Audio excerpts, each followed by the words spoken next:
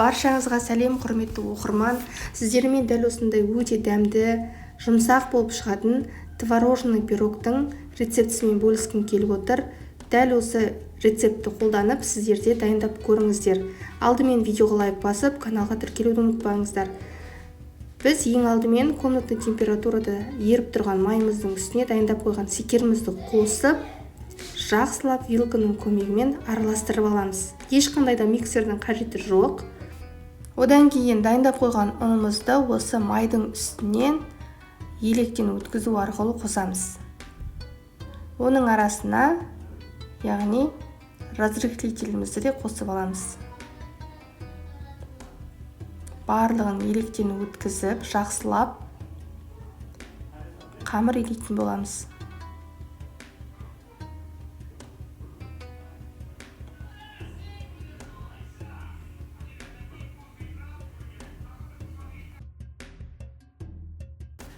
Ұнымызды електен өткізіп болғаннан кейін бір жұмыртқа қосып жібереміз.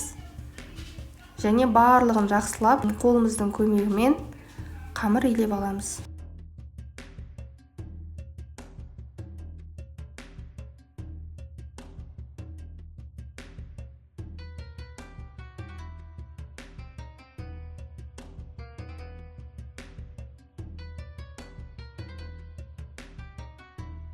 Қамырымыз осындай болып шықты, шамалы қаттылау болады.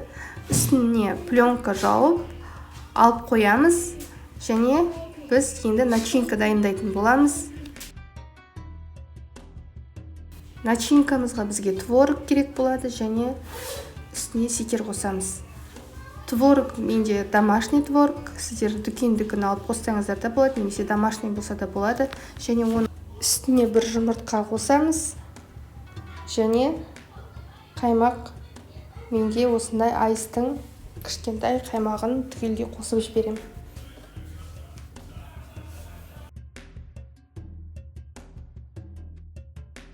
Осылардың барлығын блендердің көмегімен жақсылап араластырып аламыз. Негізінде бұл жерде блендер болмаса, миксермен де араластыруға болады, бірақ кішкене творогыңыз түйіршік болып ішінде көрініп қалуы мүмкін. Ал блендермен өткізетін болсаңыз, онда творогыңыз кәдімгідей йогурт құсап есіліп қалады. Барлығын жақсылап араластырып аламыз. Түйіршік қалмауы керек. Кәдімгідей йогурт сияқты болып, дәмі де, түрі де сондай болып, еще объемы да кішкене көбейеді.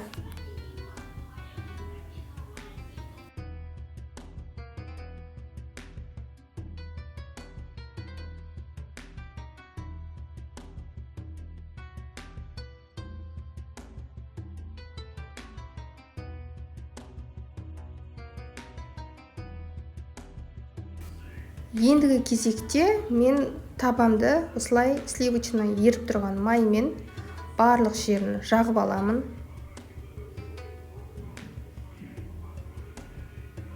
Барлық жеріне жеткізіп жаққаннан кейін мен үстіне ұн сеуіп, яғни жаңағы тестіміз, қамырымыз түбіне жабысып қалмас үшін пергаментный бумаганың орнына осы тәсілді қолданамын. Мінекей ұнды осылай үстіне шамалы сеу, барлық жеріне жеткізіп шықсаңыздар, үстіне ұн бүкіл жерге жаңағыдай біркелкі орналасады. Сол кезде сіздің қамырыңыз жаңа табаға жабысып қалмайды. Мінекей дайын болды. Енді дайын болған қамырымызды үстіне қойып, барлық жеріне біркелкі қолымыздың көмегімен жайып шығамыз. Және де бортик қалдыруды да ұмытпаймыз. Жан-жағына міндетті түрде бортик шығарамыз.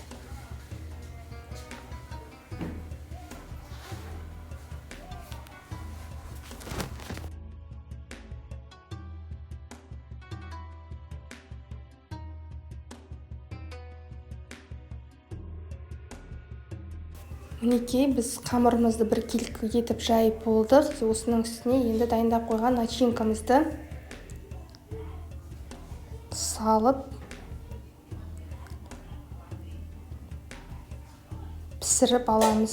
Біркелкі болып түсіреміз міндетті түрде. Сол кезде әдемі болып шығады біздің пирогымыз. Барлық жеріне біркелкі жайып шығамыз. Көріп тұрсыздар ғой, біздің начинкамыздың қандай өте кәдімгідей пышный болып, әдемі болып тұрған.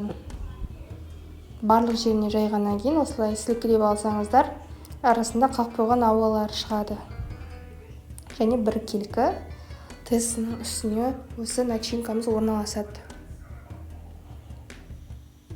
Осы творогты біз қанша градуста пісіретінімізді де описанияға граммдарын барлығын жазып кететін болам.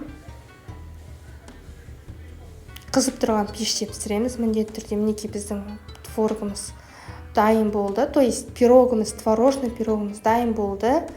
Духовкадан алдық. Енді осы суығанша күтеміз. Әбден су болғаннан кейін барып осы қалбынан аламыз.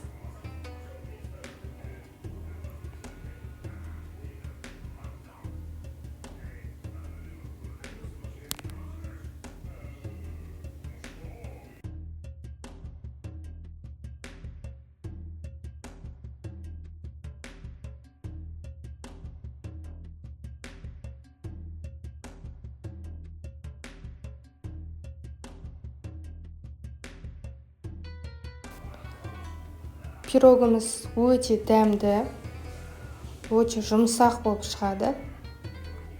Қамыр кәдімгідей песочный болып, өте әдемі болып шығады. Міне кескенде осындай болып шықты.